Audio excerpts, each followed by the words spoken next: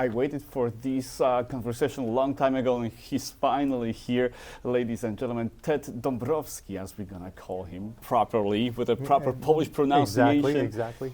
A Republican candidate in the upcoming governmental elections for the state of Illinois.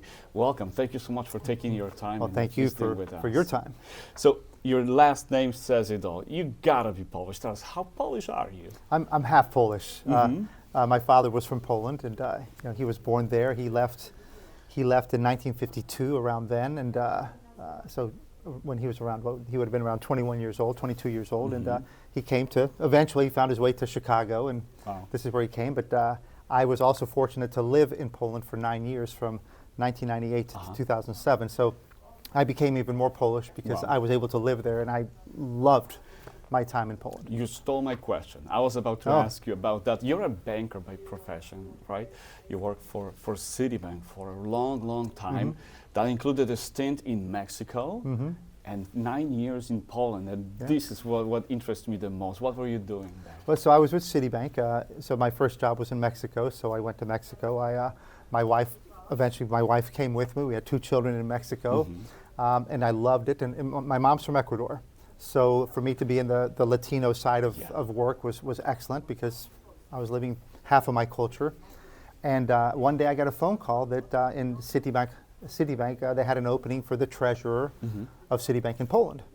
I was like, my gosh, absolutely, I'm going. You know, I'd only visited Poland once with my father in 1993, but there was no doubt. And so we moved there in 1998. And of course, I came at a time where there was so much energy for Poland to catch up with the rest of the West and keep making all the reforms, the legal reforms, the individual rights, the commercial rights. Just it was a great time for me to be there. What year was it? 1998. 1998. And then in 2000, Citibank bought Bank Handlowy. So then became Citibank Handlowy. So that made the experience even bigger and better. Perfect. So I loved it. You speak any Polish? I speak some. It's very ugly and sloppy and messy. Handlowy, you said with no accent at all. Yeah. So yeah, I mean, I tried really hard, but I had an American wife. Yeah. And so of course, and she didn't speak Polish. Absolutely. You know, every single Polish family raising kids goes through the same problem. Trying to make those kids learn Polish, but it's getting harder. Yes. So. Well, and also, my parents, they both met in Chicago, right? Both immigrants. So for them, both of them, assimilation into the American culture was very important. Yes. So English was the key language for me. Absolutely. Although I did learn Spanish, but yes. Yeah. So the key question now is, what the heck made you run for the governor of the state of Illinois? You're an extremely successful person. You could have lived a comfortable life, pursuing a career in these or other fields, and why do you want to be a public servant? Well, I'll tell you, I remember, I was in Poland, and I was so happy. I had a great team in Poland, the Handlowy team, corporate finance. We're doing many great things to help the Polish economy get better. But I remember when I was there, and it was one of those years where one of the gentlemen from an Italian company, the conversation turned political, and the man was so angry. He's Italian, and the man was so angry at America, and he was just like super angry. And I said, this is interesting. I've been spending my career in Mexico and in Poland, and I said maybe, and Poland was moving in the right direction, right, to freedom. Yeah. And in America, we're moving the other way. And so I said, maybe it's time I go back and help my country. And so I came back and got engaged in public policy. The last 15 years, I've been doing writing and research on the problems of Illinois, the high taxation, companies leaving, people leaving, the budget's not transparent, the corruption. And I've been fighting against all these problems for 15 years, and I finally said, I can either keep writing and complaining or get engaged and do something. And and I said, okay, I'm ready. So technically, Illinois is a perfect location, with wonderful city of Chicago, one of the major cities, major hubs in U.S., located in the Midwest. We should be thriving, but Illinois isn't. Why? Well, that's the whole thing. And this is what I talk about when I speak to people across the state, is we should be a top 5 state. Maybe even the top state. We should be competing with Florida, with Tennessee, with Texas, with North Carolina for people, for businesses, for growth, for wages, education. We have everything, and yet we're a bottom 5 state in just about everything. And much of that reason is too much corruption. The spending is crazy. The taxes are way too high, the highest in the country. We're no longer teaching our kids to read in schools.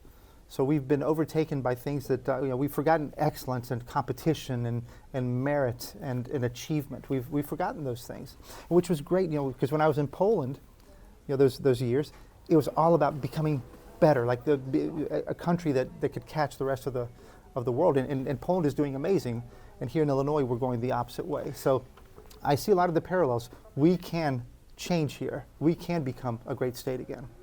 Assuming you are elected, what would be the very first policy, the very first thing that you want to change? Yeah, I think the very first thing I do is expose where all the money's going, because everybody wants to know where their taxes are going. Yeah. Why do we pay the most in the country and we're not the best in the country? And we saw the big Doge push at the federal level.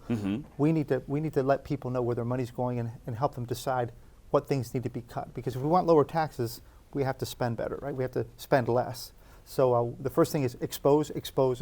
Yeah, transparency. Transparency. This is what is lacking, indeed. We Right. don't know as taxpayers what's happening. Yeah, and when you don't know, people leave, and that's why Illinois is shrinking. It's losing people, losing businesses. So Losing business. transparency and make sure that we're fair and honest in communicating what's happening. Once elected, you will have to operate in hostile environments. The state is controlled by a supermajority of Democrats. You, as a Republican with different vision for the state, you will have to overcome a lot of obstacles. Is it possible to enact your policies in that environment? It will be very difficult to enact policies. I think if I get elected, or when I get elected, it will mean that we've had big change, because that will be a big message. And so that's a starting point. The other starting point, though, is I think that not enough Illinois can connect the dots between the failures of Illinois and the supermajorities, the Democrats who've been controlling the state for a while. So a big task of mine as governor will be to say, hey, if you want changes, if you want more kids reading, if you want some of these cultural, social issues out of the schools, for example, if you want to have, again, lower gas taxes, then you have to hold the supermajorities, the Democrats, responsible and change some of the makeup there and put more Republicans in so we have a more balanced political structure. We see a new wave of Republican candidates, Republican activists. Do you think there is a chance that Illinois will become less blue of a state? I think it has to. I think right now, I'd argue that the politicians, the Democrats with the gerrymandering control a big part of the state. The media is very aligned with Governor Pritzker. It shouldn't be. So there's not enough, what I would say, truth-telling. So as governor, I will expose all those things. A good example is how few kids read in our schools anymore. If you look at how many kids are at grade level, it's a third across the entire state can read at grade level. But if you look at the minority kids, it's 10%, 15%. You can't have a republic and you can't have a good workforce if kids can't read. So, and the problem is Governor Pritzker, instead of acknowledging those problems, he brags about graduation rates. And graduation rates have nothing to do anymore with reading. So I think, yes, it'll be hostile, but I will have the data, the truth, and I have to be persuasive. I have to be not hyperbolic, not nasty, persuasive and logical. And I think all the data, the people losses, the highest taxes, second highest gas taxes, all that stuff's from an argument perspective on my side, not theirs. Yeah. The debt that Illinois is facing is drowning the state for a long, long time. And the outlook is also very, very gloom. You with a financial background obviously know how to work with those numbers. Is it salvageable still, or we're destined to fail? Oh, I think it's salvageable, but there needs to be urgency, which is a big part of my campaign. The longer we wait, the more people leave, right? The debts get bigger, fewer people. Yeah. The problems get bigger, taxes go up. It's a formula for failure. So I do believe that with urgency we can. And for example, we have this pension problem in Illinois, biggest pension debts in the country. So tomorrow we should stop digging the hole deeper, and we move everybody to 401k style plans for all new workers, for all new government workers tomorrow. Now, easy for me to say, very difficult to do with the legislature, but that's I call it the fight. That's the fight we need to have. Awesome. And people need to know that. Here's the problem.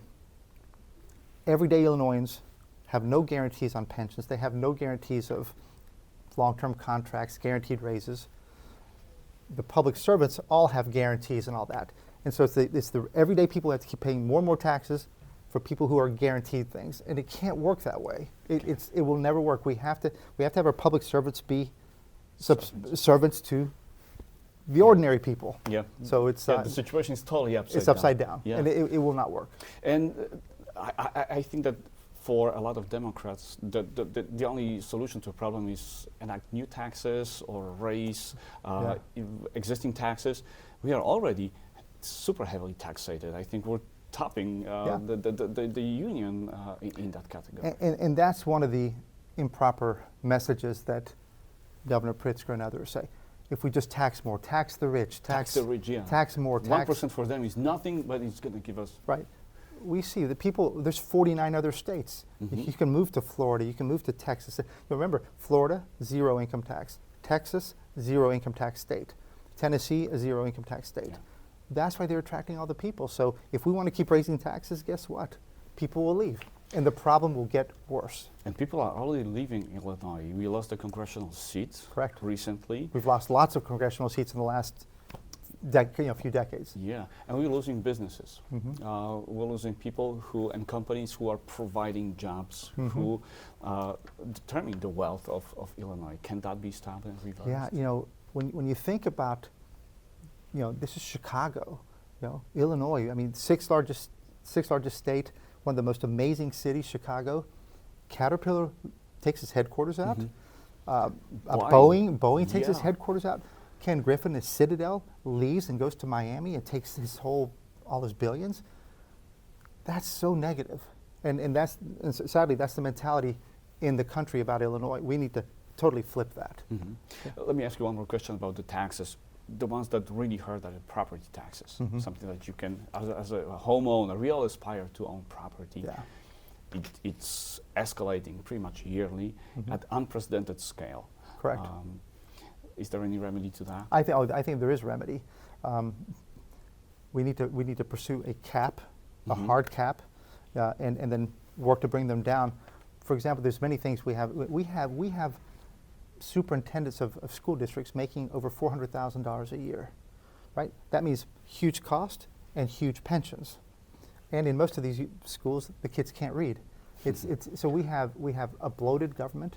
We have the most units of local government in the country. I love local government. I think everything should be pushed down. But in Illinois, we have duplicative governments, wasteful governments, and they're all full of bureaucrats, very expensive bureaucrats. So there's massive amounts of money to be saved by unifying. I'll give you the example. Florida has 67 school districts. We have 850, right? So what is that? Whatever it was, eight times the number of districts. For what? And there are districts, I was told, with one school in it, for example. You'll have a school district with one school. Yeah. It's all wasteful. Doesn't make sense and at all. And that's the power, in many cases, of the public unions in Illinois. Yeah, it's too expensive. One of the biggest topics, especially for our group, for the immigrants, are current policies enacted by President Trump. What is your stance on current immigration policies of President Trump? Yeah, well, of course, I love immigration. I love immigrants. You're one of us, essentially. Yes, my mother, my father. So I love, but I love legal immigration. Yeah. And I love controlled borders, a closed border, and we have proper legal immigration. So as it relates to the federal policies, look, we have a sad situation here because Governor Pritzker made everything about illegal immigration worse because he passed welcoming policies. We have spent $2 billion on health care for illegal immigrants. That's $2,000 that could have been lower property taxes. Many in the black community are upset because that money could have gone to them. It could have been used in many different ways. We could have used it to pay for mental health. We have a mental health crisis in many respects. But it was spent on illegal immigrants. He's given them free housing, free this, free that. And we incentivized all these people to come here, ignoring our taxes are too high, ignoring that we have a problem, ignoring that we have a problem in our schools. Now we have many children that can't speak English in our schools. It's very tough. So I think Governor Pritzker should be working with federal authorities today to take care of the criminals.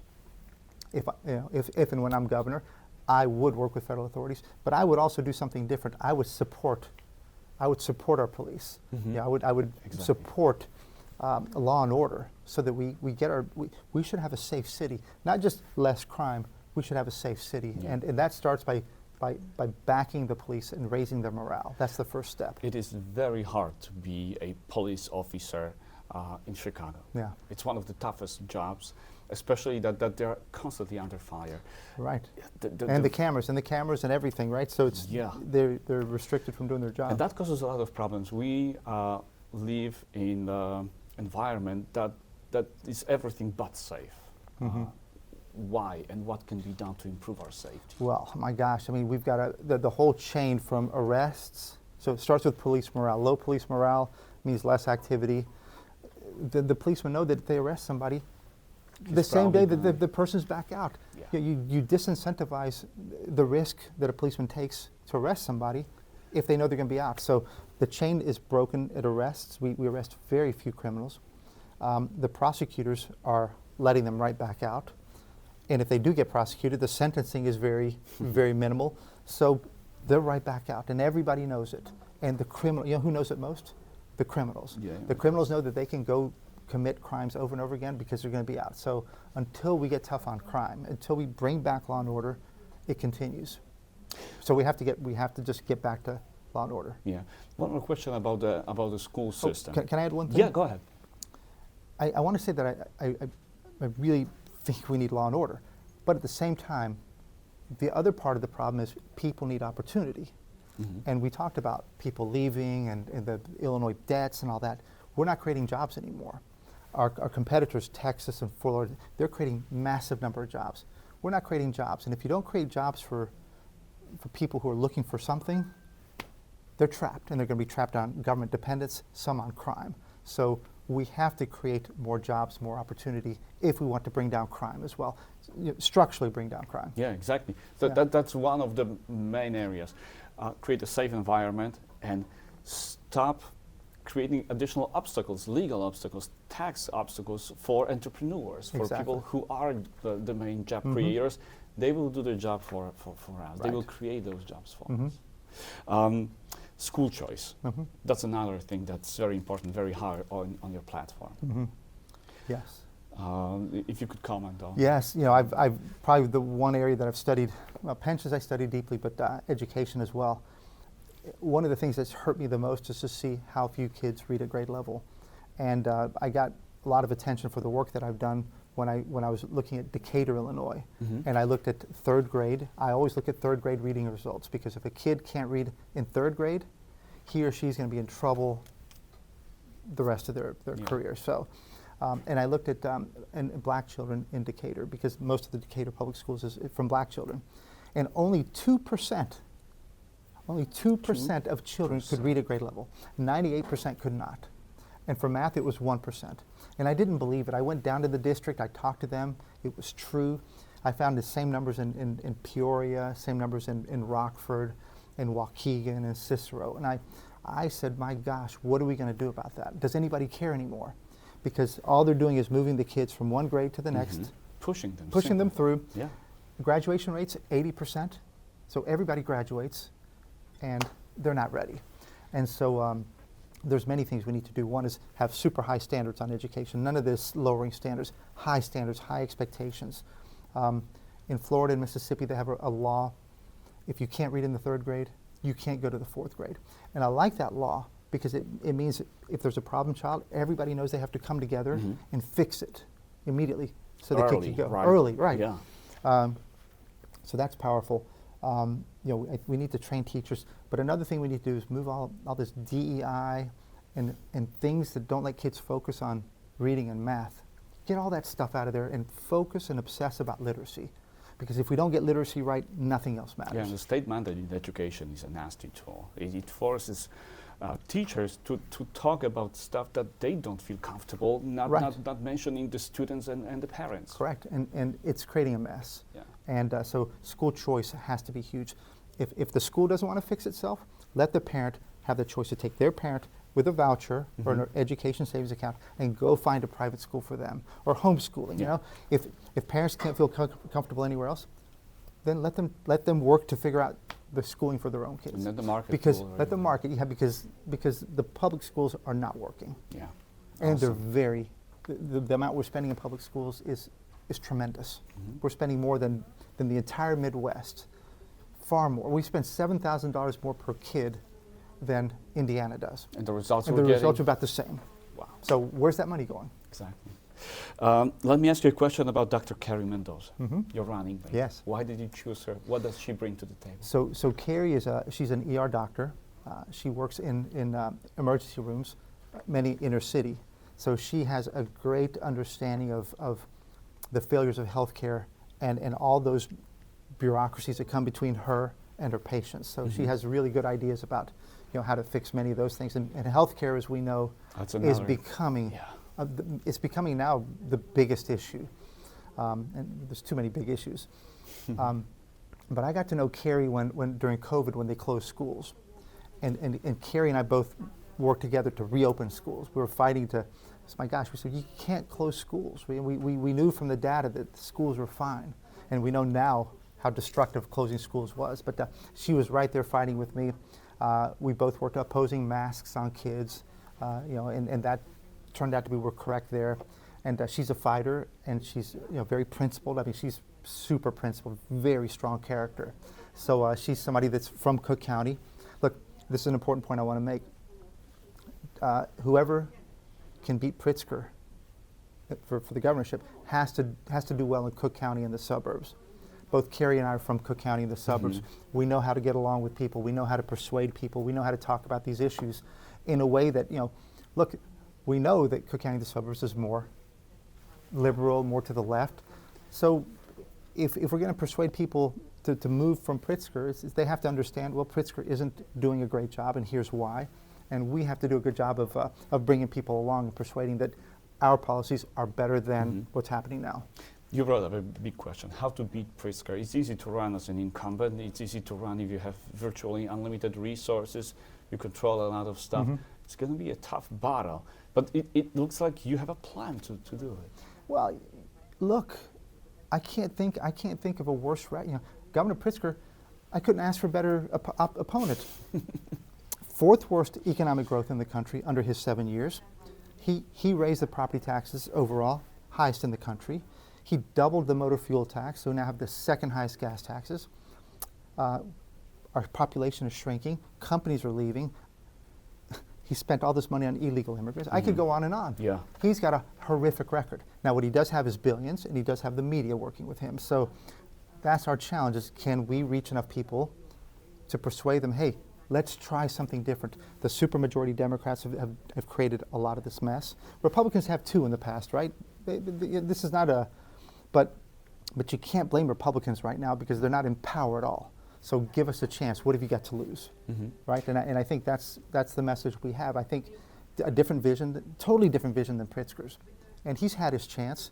He's running for president anyway. Yeah, that's right? another thing, that his eyes might not be in Illinois at all. Yeah, they're not on Illinois, and not only that, if we want property tax reform and things like that, Pritzker would have to go against the public unions. He can't go against the public unions in this presidential race. He wants them on. He wants them on his side. Yeah. So he will never do the reforms that Illinoisans need. I will fight for those reforms, but he never will. He will fight for higher taxes because that's what he said. That's the solution he's using. Yeah, he says we need progressive taxes. It's like, no, you're going to chase more people out, and then that's going to create the bad spiral we're in. And I also think that he's using a lot of public money to make people vote for him, the handouts. I find it fascinating when he announces, I've got $10 million I'm going to give to this group, and then he announces, I got $20 million for that group. It's using public money. Public money, it's to buy votes. Yeah. And he looks great, right? But it's not his money. It's again, highest property taxes in the country, some of the highest taxes overall. It's not right. Yeah, absolutely. We can definitely do better. That is the mantra. We can do better. We can do better that you're using over and over again. And by looking at our state, we can apply that label to every single item on the list. Yes. Yeah, no, I'm excited. I would love for us to if you're in Cook County, you talk about change and people just go, what can we do? What can we do? And I get it, but I'm so sick of it because we can do something. We can do better, right? We can unite and get to that 50% plus one to get to run Pritzker out of office. Mm-hmm. We have a real chance. The primaries are scheduled for March 17th. The elections are pretty far away right now, November 3rd. Mm-hmm. How does life look like right now? How much time do you spend campaigning? What do you hear from people when you meet them? Okay, so I've done already over 100, it's probably 160 events right now. I've traveled, I've been to Southern Illinois, I don't know, 4 or 5 times. I've been to Central Illinois many times. I'm around the suburbs, so and it's fun. You're doing meet and greets and meeting people, doing candidate forums, and I love it. And you see the power of this amazing state because Southern Illinois is so different than here. And when I spent enough time down there, I said, wow, I really appreciate the beauty. Well, it'd be like going to Zakopane, right? Or, right? You go into the south, and it's a totally different feel. But Zakopane is as much Poland as Warsaw. Yeah, right. Absolutely. So Southern Illinois is as much Illinois as Chicago. Chicago, just different, and of course different population density, but amazing. But I will tell you the number one thing, no matter where I go, taxes. Taxes. Property taxes in particular. People feel like they're being taxed out of their home. If you're in the west side of Chicago, they were burning their property tax bills, 2 weeks ago. In Southern Illinois, I hear people saying, I can't afford my home anymore. And so people just move over the border to Kentucky, to Indiana. They're just leaving. And we're trapping many of our cities that used to be powerful cities, like Decatur or Peoria. We're trapping them with fewer and fewer people, fewer companies, right? Companies aren't going to move to where people are leaving. No. And people aren't going to move to where there aren't any companies. Where there are no jobs. Right. And so I really want to change that. I really want to champion our Central Illinois and our Southern Illinois because they can become a big part of the elevation of Illinois again. Now, Chicago, we know how to take care, we have the concept of how to take care of Chicago, but people are forgetting our Central and Southern Illinois. They're a big part of this state too. Awesome. Thank you so much. Thank you for this conversation. Well, thank you for having me here. Just as I said, the primaries are March 17th. I know that many of you will pick the Republican ballot. In the primaries, look for Ted Dabrowski's name at the very top of the list. The elections are November 3rd. Long time to go, so please don't be a stranger. No, please come back to the Thank you. And the key is March 17th because I need to win that primary. So thanks for having me. Thank you so much, Ted Dabrowski, ladies and gentlemen. The premier, our Polish-American candidate for the governor of Illinois was our guest today. Thank you so much. Thank you. We can definitely do better. Thanks.